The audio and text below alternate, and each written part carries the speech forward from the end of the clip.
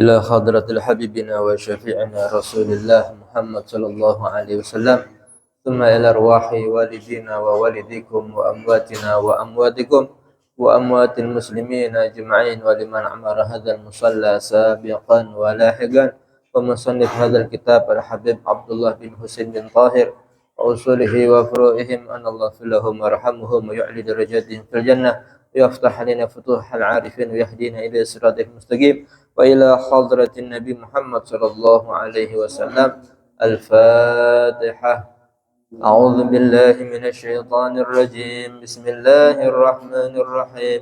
الحمد لله رب العالمين الرحمن الرحيم مالك يوم الدين إياك نعبد وإياك نستعين اهدنا الصراط المستقيم صراط الذين أنعمت عليهم غير المغضوب عليهم ولا الضالين آمين. Assalamualaikum warahmatullahi wabarakatuh. Bismillah walhamdulillah wassalatu wassalamu ala rasulillah Sayyidina wa maulana Muhammad ibni Abdullah wa ala alihi wa sahbihi wa man walah la hawla wa la quwwata illa billah amma ba'd. Nawaina ta'lim wa ta'allum wal ifadah wal istifadah wal hatha ala tamassuk bi kitabillahi wa sunnati rasulih wad du'a ilal huda wad dilalah alal khair ibtigha'a wajhillah wa maradatihi wa qurbih. Amma ba'd. Segala puji kita panjatkan kepada Allah Subhanahu wa taala. Di malam hari ini kita kembali dapat berkumpul di majelis ilmu untuk mempelajari ilmu-ilmu agama Allah. Semoga yang kita lakukan di malam hari ini mendapat ridha dari Allah, mendapat pahala besar dari Allah, dan semoga pahalanya disampaikan kepada orang tua kita, guru-guru kita, ahli kubur kita semua. Semoga mereka semua diampuni dosa-dosanya, diterima amal ibadahnya. Amin ya rabbal alamin. Salawat dan salam semoga tercurah kepada Nabi kita Muhammad sallallahu alaihi wasallam yang telah mengajarkan segala hal kepada umatnya untuk mendapatkan kebaikan di dunia dan di akhirat. Malam hari ini dalam kajian kitab Sulamut Taufiq karya Al-Habib Abdullah bin Husain bin Tahir menjelaskan hal yang sangat penting, yaitu hal-hal yang membatalkan sholat dan syarat diterimanya ibadah sholat di sisi Allah Subhanahu wa ta'ala. Karena sholat ini adalah perkara pertama yang menjadi penentu kita di akhirat. Awwalu ma yuhasabu bihil abdu yaumil qiyamah as-sholat. Nabi mengatakan pertama kali perkara yang akan dihisab di hari kiamat adalah sholat. Wa in wujidat tamatan qubilat wasairu amalih. Jika didapati sholatnya sempurna, rukun dan syaratnya sempurna, kemudian ikhlas, hadir hatinya, semuanya diterima oleh Allah, maka karena sholatnya sudah diterima oleh Allah, ibadah yang lain ikut diterima oleh Allah. Wa in wujida ghaira dzalik ruddat wasairu amalih. Tapi kalau didapati sholatnya tidak baik, maka ditolak sholatnya dan juga ibadah yang lain oleh Allah Subhanahu wa ta'ala. Karena ibadah sholat ini ibadah harian. Kalau puasa hanya sebulan dalam setahun, haji sekali seumur hidup, zakat hanya bagi yang mampu. Maka ibadah yang paling menentukan kita, baik dari orang yang miskin maupun orang kaya, itu adalah sholat. Setiap hari 5 kali kita melakukan sholat. Maka itu kalau sudah sholatnya tidak diterima, maka puasa yang hanya sebulan dalam setahun itu tidak bisa untuk membuat seseorang masuk ke surga Allah. Meskipun masuk surga ini adalah karena rahmat Allah, tetapi Allah memberikan sebab bagi orang yang ingin masuk surga itu harus taat kepada perintah Allah Subhanahu wa taala. Oleh karena itu, sholat 5 waktu ini Allah wajibkan kepada kita agar dalam sehari semalam kita minimal mendapatkan 5 pahala wajib yang dilakukan. Dan sholat ini pahalanya sangat besar. Di situ ada bacaan surat Al-Fatihah yang seperti pahala menghatamkan Al-Quran. Di situ ada bacaan takbir, tahlil, bacaan tasbih yang memenuhi timbangan amal kebaikan. Belum lagi ibadah sholat ini adalah ibadah yang juga dilakukan oleh malaikat Allah Subhanahu wa taala. Oleh karena itu, dalam melakukan sholat hendaknya kita harus maksimalkan. Jangan sholat sekedar sholat, tetapi harus berusaha menjadi lebih baik, semakin baik, dan menjadi istimewa. Ibadah yang paling istimewa di sisi Allah adalah sholat kita. Sebagaimana Rasulullah SAW, beliau mencontohkan kepada umatnya bagaimana ibadah sholat yang sempurna adalah dengan khusyuknya, dengan adabnya, dengan segala hal yang membuktikan seorang hamba ini taat dan mengagungkan kepada Allah sebagai Tuhannya. Sekarang kita jelaskan tentang hal-hal yang membatalkan sholat. Artinya jika sholat tersebut batal harus diulang kembali. Kalau selama ini dia merasa tidak benar sholatnya dan merasa batal, maka seingatnya dia harus qadha sholatnya. Seingatnya saja. Karena kalau tidak ingat berarti tidak ada hukumnya. Kalau dia ingat waktu ada 2 kali sholat yang dia rasa itu batal, dia yakin batal, maka itu diqadha. Kalau sudah ingat, ini dalam mazhab Syafi'i, kalau sholatnya batal wajib diqadha. Bismillahirrahmanirrahim. Faslun wa tabtulus shalah bil kalam walau bi harfain aw bi harfin mufhimin illa an nasiya wa qallah. Dan menjadi batal itu sholat dengan yang pertama sebab berbicara, walaupun dengan 2 huruf. 2 huruf ini dalam pengertian bahasa Arab, atau dengan 1 huruf yang bisa dipahami, kecuali kalau lupa dan karena hurufnya atau kalimatnya sedikit. Jadi yang pertama dengan berbicara, karena dikatakan takbiratul ihram ketika sesudah niat. Ini artinya ketika kita sudah membaca takbiratul ihram, segala hal yang halal, yang mubah sebelum takbiratul ihram itu menjadi haram setelah takbiratul ihram. Makan sebelum kita takbiratul ihram itu halal, tapi kalau sudah takbiratul ihram kita mengucapkan Allahu Akbar, makan menjadi haram. Begitu pula berbicara. Sebelum kita mengucapkan takbiratul ihram, niat dalam sholat, berbicara ini boleh-boleh saja, mubah. Tapi ketika sudah takbiratul ihram, berbicara menjadi haram dan membatalkan sholat. Karena tidak layak kita menghadap Allah, tetapi pembicaraannya bukan tentang sholat. Bisa dengan 1 huruf yang dipahami. Misalnya dalam bahasa Arab itu ada kalimat berupa kata perintah dengan 1 huruf. Seperti melihat, ro'a yara ru'yatan roh.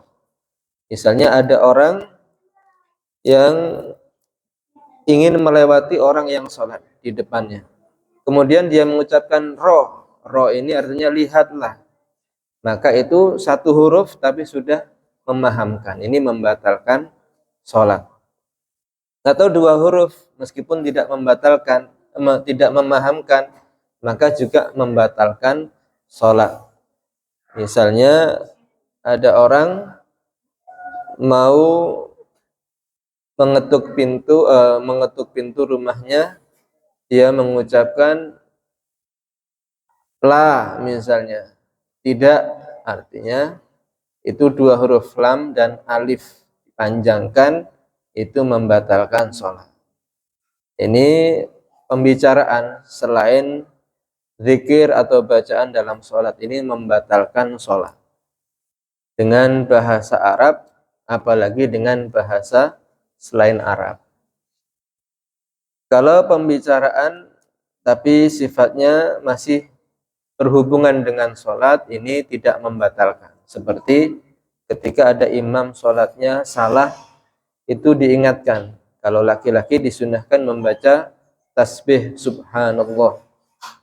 Nah, dalam mengingatkan imam, mengucapkan subhanallah ini, jangan murni niat mengingatkan. Kalau niat mengingatkan murni seperti itu, ini seperti orang berbicara, maka membatalkan sholat. Meskipun mengucapkan subhanallah, tapi tujuannya hanya sekedar mengingatkan imam, ini menjadi pembicaraan, membatalkan sholat. Jadi minimal niatnya zikir.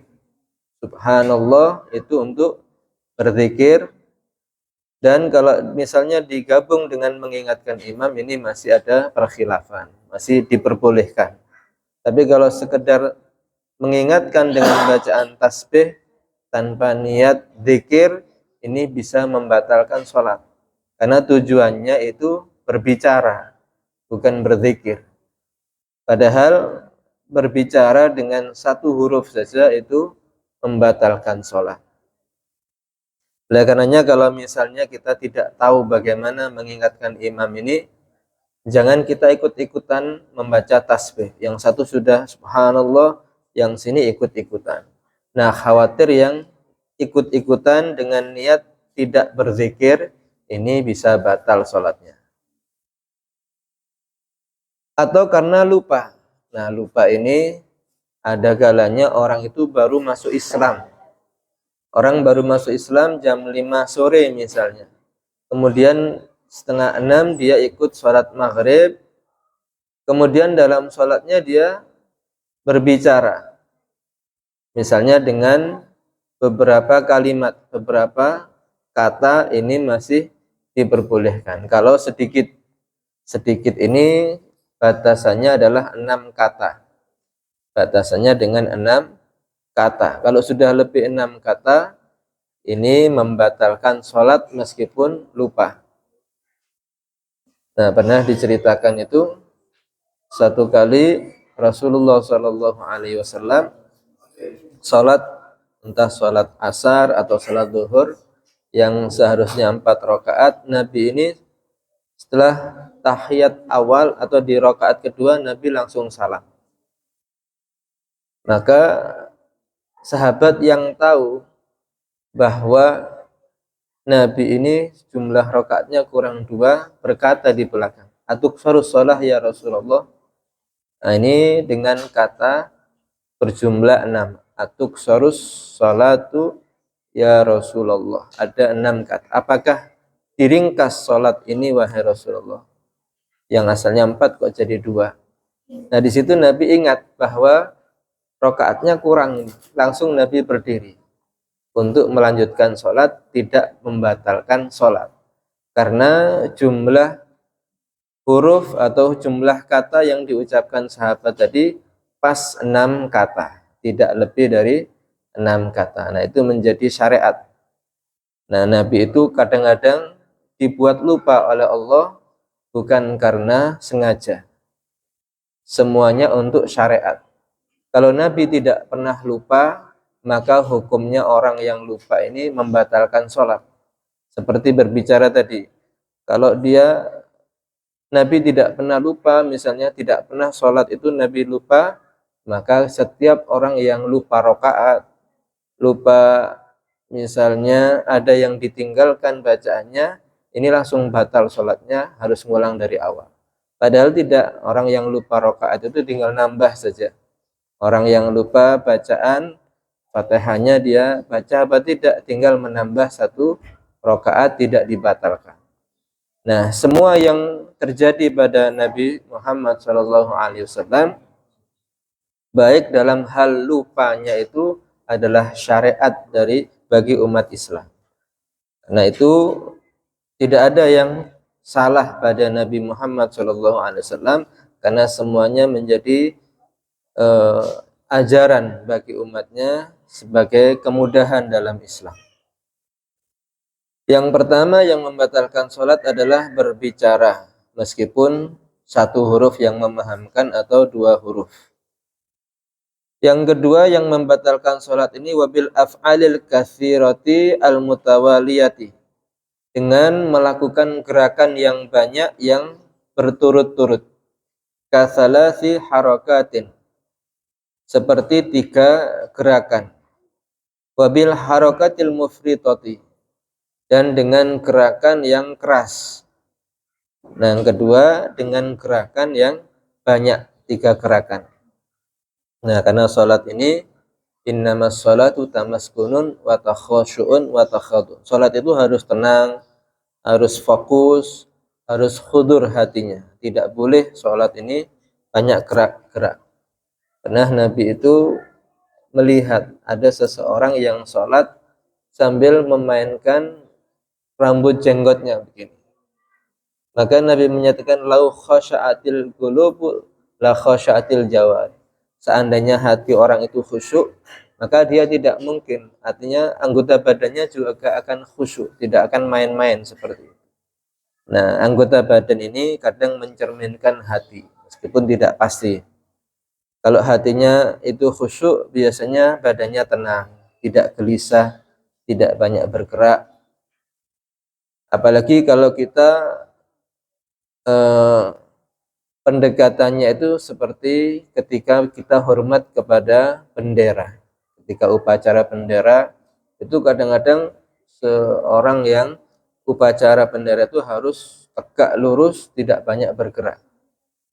Nah, bagaimana kita menghadap Allah Subhanahu wa taala sambil banyak gerakan, tidak fokus dalam sholatnya, ini menunjukkan dia tidak hormat, tidak perhatian kepada Allah Subhanahu wa taala. Padahal dalam sholat itu Allah menghadap hambanya. Inni wajjahtu wajhiya lillazi fataras samawati wal ardh. Kita ucapkan dalam doa iftitah itu, saya hadapkan wajahku kepada zat yang pencipta langit dan bumi. Artinya kita sedang dalam hadapan Allah, bukan secara hakikat tetapi secara perasaan kita. Seperti kita menghadap kepada seorang atasan, menghadap kepada benda yang dimuliakan, itu harus hormat, harus khusyuk, tidak banyak gerakan. Maka dalam mazhab Syafi'i, melakukan 3 gerakan yang terus menerus ini membatalkan sholat. Gerakan yang dimaksud 3 kali terus menerus ini dengan anggota badan yang memiliki satuan. Seperti kalau kita menggerakkan seluruh lengan ini. Misalnya kita menggaruk di kepala 3 kali. 1 ke atas, 2 ke bawah, 3 ke atas lagi. Nah, 3 kali ini sudah batal sholatnya. Karena gerakan kita menggerakkan jari-jari, menggerakkan lengan bawah, siku, lengan atas, ini juga gerakan besar. Tapi kalau dengan anggota badan yang kecil seperti hanya jari-jari saja, kita menggaruk hanya dengan jari-jari, meskipun lebih dari 3 gerakan, ini hukumnya tidak membatalkan karena anggotanya kecil.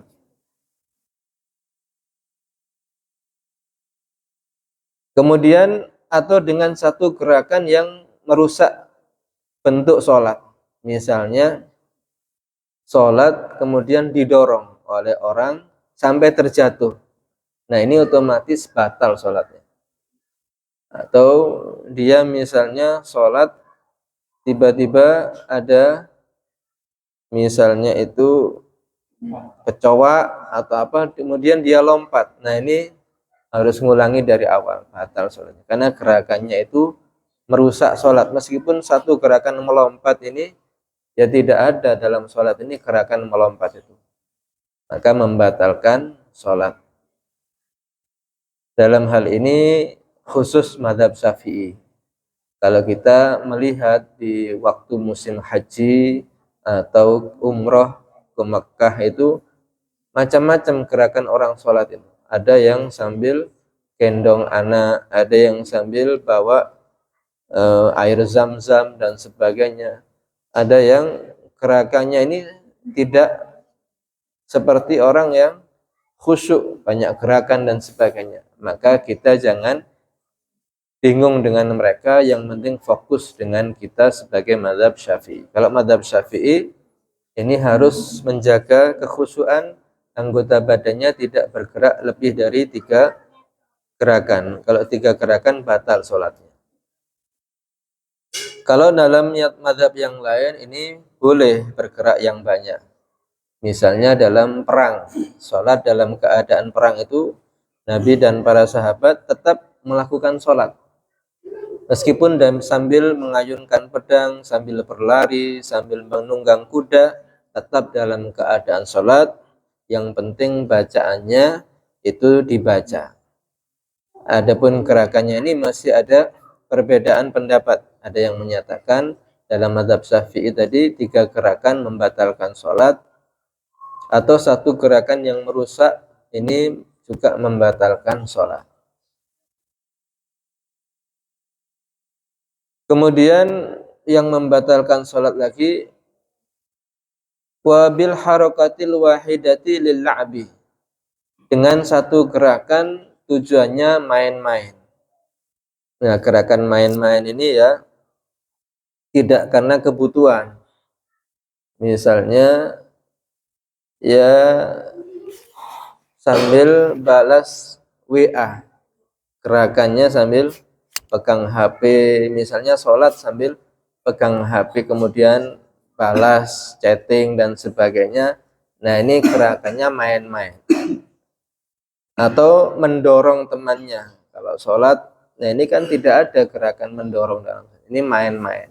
Tidak karena kebutuhan, dan itu adalah tujuannya main-main, membatalkan sholat. Wabil akli wasyurbi illa innasya wa ghallah. Kemudian yang membatalkan sholat lagi dengan makan dan minum kecuali lupa dan sedikit. Makan minum itu membatalkan sholat kecuali lupa dan sedikit. Sedikit ini ukurannya ada banyak versi, tapi menurut ulama ada yang seperti sim-sim, seperti biji wijen. Kalau di atas ukuran biji wijen ini membatalkan sholat meskipun tidak sengaja. Misalnya habis buka puasa tidak berkumur, ternyata masih ada 1 suap nasi nyangkut di gigi. Kemudian ketika sholat tertelan tidak sengaja.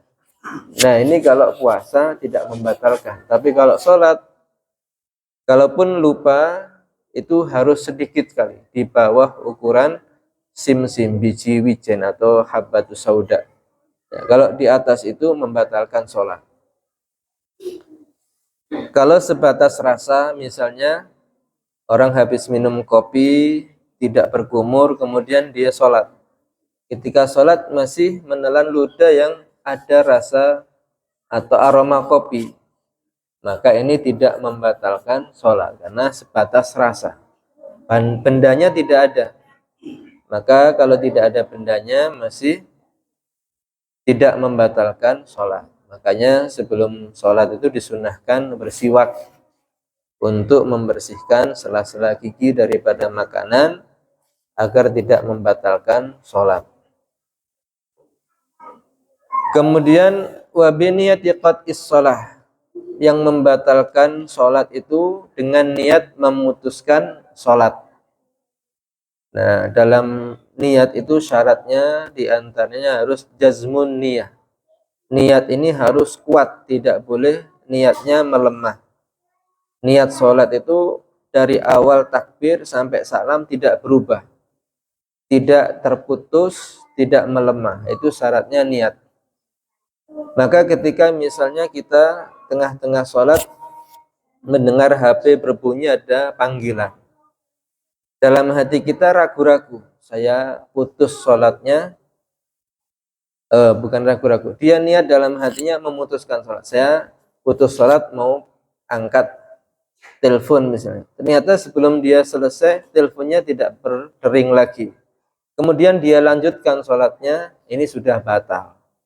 Karena ini dia sudah memutus niat sholat tadi, ternyata panggilannya tidak diteruskan, ini sudah batal. Maka niatnya itu dari awal takbir sampai salam tidak boleh terputus. Seperti misalnya aliran listrik.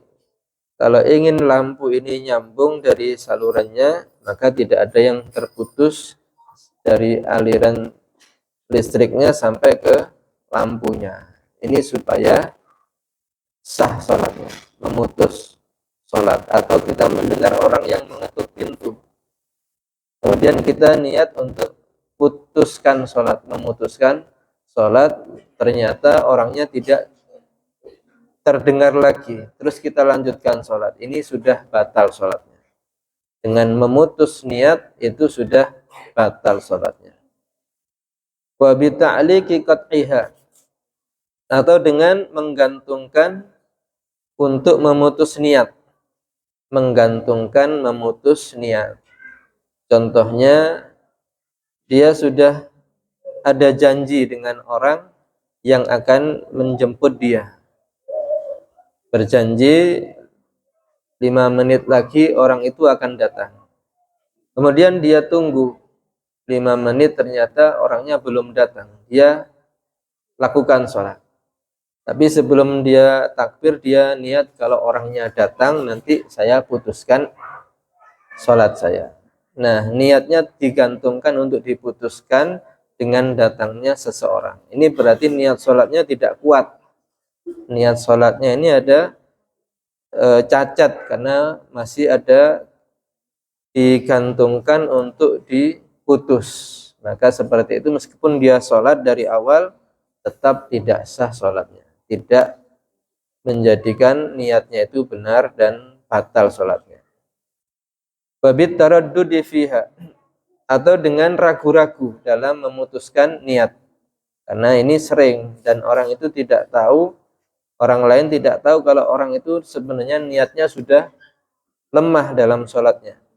Dan kita harus jujur dengan diri kita. Meragukan apakah akan memutus sholat atau tidak, ini sudah membatalkan sholat. Seperti tadi ada orang menelepon, kita dengar HP kita berbunyi, berdering, dalam sholat kita bingung, saya putuskan apa tidak ini sholat saya. Nah, sudah ada kebimbangan ini, berarti sudah melemah, kekuatan niatnya sudah mulai melemah, dan itu sudah otomatis batal sholatnya. Maka itu sebelum kita melakukan sholat itu diajarkan untuk menghilangkan godaan-godaan yang kemungkinan terjadi di tengah-tengah sholat. Misalnya kita matikan HP kalau kita mau sholat. Kemudian kalau misalnya ada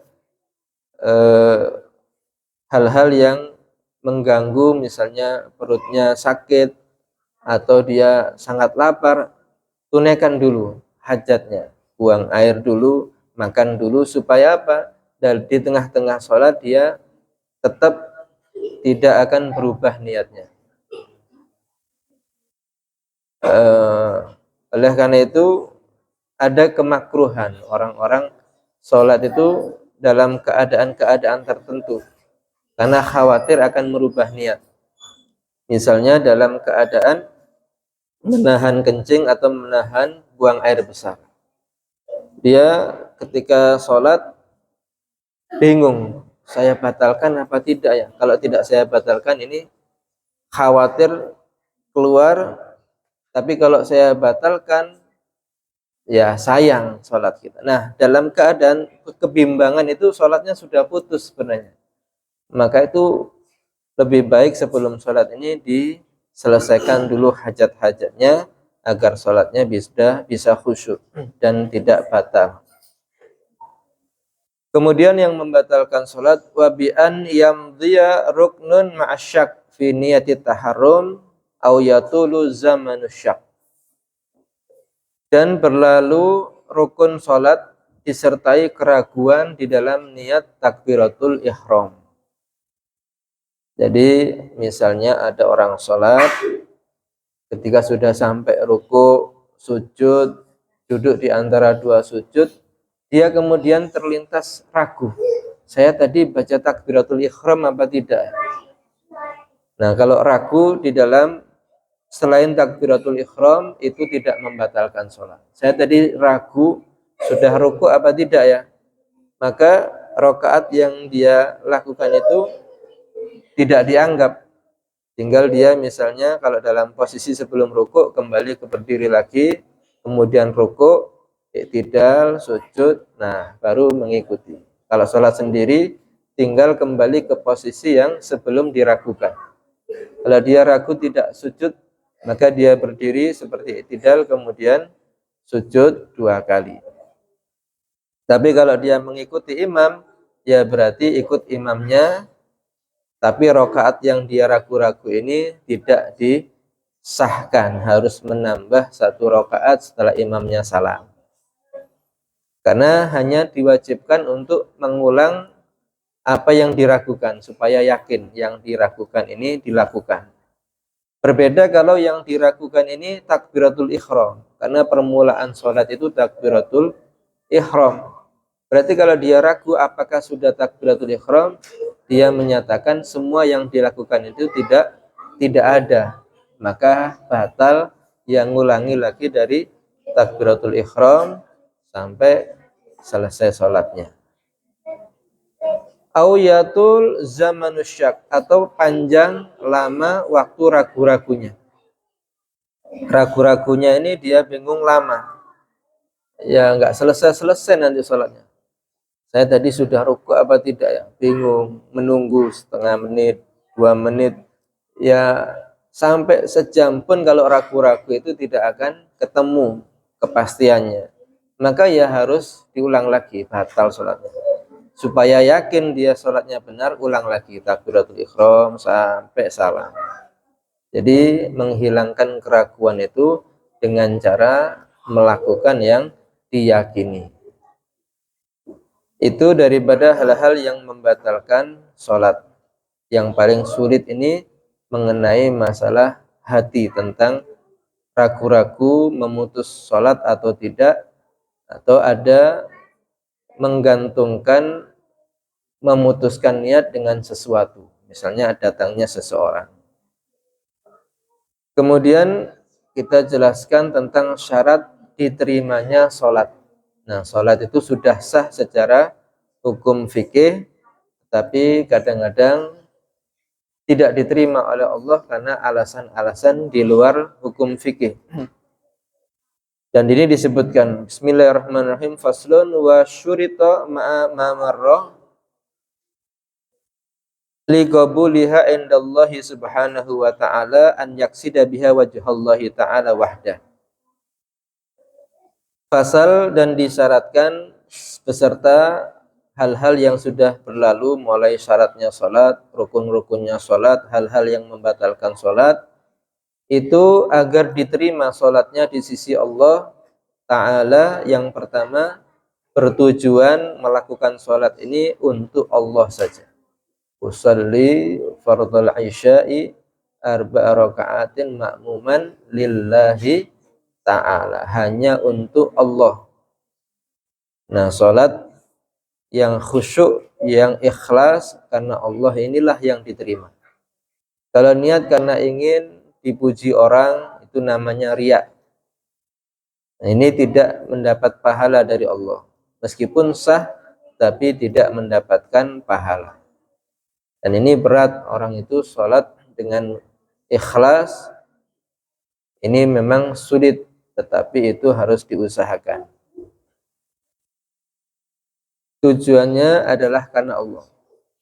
Artinya meskipun dia sholat itu sendiri, tidak di hadapan orang atau dalam keadaan ramai, ini tidak berubah keadaannya.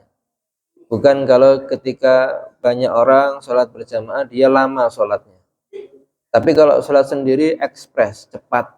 Ya, kalau sholat bersama orang-orang dia pakai baju yang bagus, yang rapi. Tapi kalau sholat sendiri tidak ada orang, hanya pakai misalnya kaos pendek, lengan pendek, tanpa topi dan sebagainya.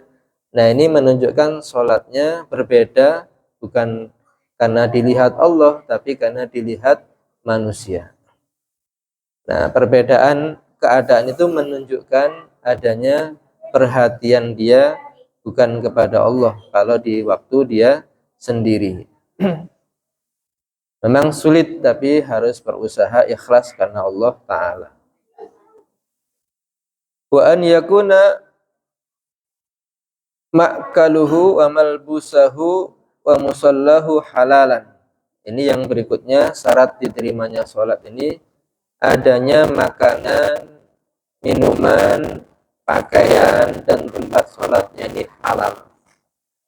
Ya, kalau halal, makanannya halal, minumannya halal, maka badannya ini halal, pakaiannya halal, tempat sholatnya halal, maka itu akan diterima oleh Allah Subhanahu wa ta'ala. Innallaha thayyib la yakbalu illa thayyiba. Allah itu baik, suci, tidak menerima kecuali yang suci. Dalam sholat saja kita diajarkan bersuci zahir daripada najis dengan menghilangkan najis, daripada hadas dengan wudhu atau mandi besar. Ini zahir kita disucikan. Bagaimana kalau makanan haram yang masuk ke dalam tubuh? Bagaimana cara mensucikannya? Maka itu membuat sholatnya tidak diterima oleh Allah. Dalam hadis itu Nabi menyatakan, setiap orang yang sholat dengan pakaian yang misalnya harganya ini 10 dirham, dengan 1 dirhamnya dari harta yang haram, maka selama dipakai sholat, pakaian tersebut sholatnya tidak diterima oleh Allah Subhanahu wa ta'ala. Maka itu dalam Zubat dikatakan, wa ta'atun miman haraman ya'kulu mithlul bina'i fauqa maujin yuj'alu. Ketaatan dari orang yang makanannya haram ini seperti orang yang membangun di atas ombak lautan. Tidak akan bisa, dia mau pasang batu bata sudah dihempas ombak, nggak bisa. Makanan haram ini merusak semua ibadah yang kita lakukan. Maka paling utama itu sebelum ibadah adalah membersihkan makanan, pakaian, dan tempat sholat daripada hal-hal yang haram. Kemudian wa an yahdura qalbuhu fiha. Syarat diterimanya sholat ini hatinya harus hadir di dalam sholat. Hati yang hadir dalam sholat ini artinya dia memahami kalau dia baca takbir itu Allah yang maha besar. Dia baca misalnya bacaan iftitah, dia tahu artinya. Bacaan surat Al-Fatihah dia tahu maknanya. Sehingga pikirannya ini fokus ke dalam kalimat-kalimat sholatnya. Minimal itu terjemah bahasanya. Kalau sudah bisa, dia pahami apa makna Ar-Rahman, Ar-Rahim, kemudian Allah penguasa di hari pembalasan, apa saja yang terjadi di hari pembalasan, mulai daripada bangkit dari kubur sampai surga dan neraka. Kemudian kita mengucapkan iyyaka na'budu wa iyyaka nasta'in, kita hanya menyembah ini kepada Allah. Ikhlas, tidak boleh ibadah itu selain Allah. Dan kita minta tolong juga kepada Allah. Kita tawakal itu kepada Allah. Jangan mengandalkan segala sesuatu selain Allah, kecuali sebagai perantara saja. Kalau kita sakit, berobat ke dokter, kemudian sembuh, yang menyembuhkan itu Allah. Dokter ini hanya perantara turunnya kesembuhan dari Allah Subhanahu wa ta'ala. Maka kita mengucapkan alhamdulillah dalam segala permulaan ibadah yang kita lakukan, dalam perbuatan kita. Kemudian ihdinas siratal mustaqim, minta hidayah dari Allah. Karena yang paling utama dalam hidup ini hidayah. Jadi orang miskin kalau dapat hidayah Allah nanti ketika mati masuk surga. Jadi orang kaya dapat hidayah Allah, matinya juga masuk surga. Jadi rakyat, jadi pejabat kalau dapat hidayah ini akan masuk surga. Dan itu inti kehidupan di atas dunia ini, mendapatkan hidayah Allah. Terus kita minta supaya dijaga hidayah ini mulai awal hidup sampai akhir hidup, sampai mati dapat hidayah dari Allah Subhanahu wa Ta'ala. Makanya sholat ini jangan ditinggalkan. Karena kalau kita tinggalkan, hidayah tercabut dari kita, bisa mati dalam keadaan su'ul khotimah, mati tidak membawa Islam dan iman. Bahaya orang meninggalkan sholat ini akan mencabut hidayah Islam dan imannya. Ini makanya Islam mewajibkan sholat ini untuk menjaga hidayah Islam ini agar tidak dicabut oleh Allah Subhanahu wa Ta'ala. Nah, kalau sudah bisa hadir hati seperti itu, maka nilai sholat kita ini berkualitas. Karena dikatakan di sini, "Falaisa lahu min sholati illa ma agala minha." Tidak dinilai sholat seseorang itu kecuali sebatas apa yang dia pahami oleh akalnya. Bacaannya dipahami. Kalau misalnya dia dalam sholat 5 atau 4 rakaat ini, dia dalam 1 rakaat saja yang khusyuk di awalnya. Kemudian 3 rakaat pikirannya sudah melayang kemana-mana, maka nilai sholatnya itu sebenarnya hanya 1/4 saja dari 4 rakaat. Maka itu kalau kita sholat sendiri sulit untuk mendapatkan nilai sholat 100%. Cara yang diajarkan oleh Nabi adalah sholat kita harus berjamaah. Kalau berjamaah ini nilainya kolektif, saling melengkapi. Kalau satu orang ini khusyuk di rakaat pertama, orang berikutnya khusyuk di rakaat kedua, orang berikutnya di rakaat ketiga, orang berikutnya di rakaat keempat, maka semua jamaah ini nilainya dianggap 100%. Semuanya dapat nilai sama. Seperti kalau kita beregu lomba atau melakukan sesuatu, sepak bola misalnya, maka kalau sudah satu klub ini menang, semuanya dapat bonus, dapat medali. Ya meskipun ada yang lebih banyak, tapi semuanya dapat. Kemenangan itu bukan satu orang saja, tapi satu tim. Begitu pula sholat jamaah ini, kalau semuanya saling melengkapi, maka satu tim ini, satu jamaah semuanya diterima sholatnya oleh Allah Subhanahu wa Ta'ala. Karena kalau sholat sendiri sulit untuk mencapai nilai sholat 100%, ini sangat sulit. Nah, diceritakan Sayyidina Ali bin Abi Thalib radhiyallahu an pernah diuji oleh Nabi itu tentang kekhusyuan sholat. Nah, Sayyidina Ali ini babu Madinatil Ilm, pintu kotanya ilmu. Tidak ada orang yang paling pintar setelah Nabi Muhammad SAW kecuali Ali bin Abi Thalib karramallahu wajhah. Semua ilmu beliau kuasai. Ya. Pernah dites oleh Nabi tentang sholat yang khusyuk. Nabi mengatakan, wahai Ali, coba kamu sholat 2 rakaat yang khusyuk ya. Kalau kamu sudah salam nanti, kamu pilih hadiahnya. Saya punya rida, ada yang warna merah, ada yang merah hijau. Nanti setelah kamu sholat 2 rakaat khusyuk, kamu silahkan pilih. Maka Sayyidina Ali mulai sholat 2 rakaat. Dan khusyuk ini tidak bisa diketahui orang lain. Maka setelah salam Nabi tanya, yang mana wahai Ali? Yang hijau ya Rasul. Dia spontan langsung menjawab yang hijau. Maka Nabi tertawa. Berarti kamu sebelum salam itu sudah menyiapkan jawaban kamu. Dalam sholat kamu sudah berpikir tentang mana hadiah yang kamu pilih. Itu sudah menunjukkan kamu tidak khusyuk dalam sholat itu. Nah, begitu seorang yang sangat alim, ya, babu Madinatul Ilmi, kadang-kadang masih terpikat dengan selain urusan sholatnya karena dunia. Apalagi sholatnya kita mikir uang, mikir pekerjaan, mikir macam-macam. Nah, itu sulit kalau kita sholat sendiri mendapatkan nilai sholatnya 100%. Harus usahakan sholat berjamaah. Yang terakhir, wa an la yu'jiba biha. Kalau sudah sholat, jangan ujub, jangan bangga diri. Ya, meskipun kita sholatnya rajin, kalau dilihat kualitas sholat kita ini ya bukan pas-pasan, tapi masih kurang kadang-kadang. Khusyuknya kurang, adabnya kurang, dibandingkan dengan sholatnya orang-orang yang soleh, yang bacaan Qur'annya panjang, kadang-kadang 1 juz, yang rukuknya lama, khusyuk dan sebagainya. Tapi kalau sholat kita ini yang penting gugur kewajiban, maka itu tidak perlu dibanggakan. Ya, dikatakan juga ujub ini akan menghapus pahala ibadah. Bangga diri ini akan menghapus pahala ibadah.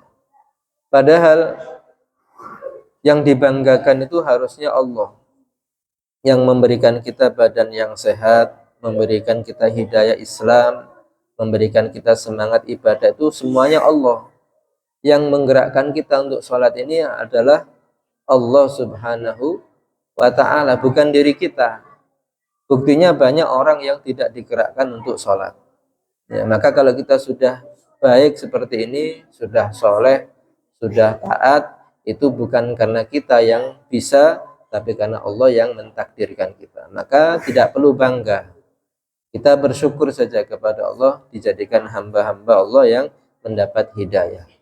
Semoga yang kita pelajari di malam hari ini menjadikan ilmu yang manfaat, membuat ibadah kita semakin baik, diterima oleh Allah Subhanahu wa ta'ala. Wal afu minkum. Assalamualaikum warahmatullahi wabarakatuh.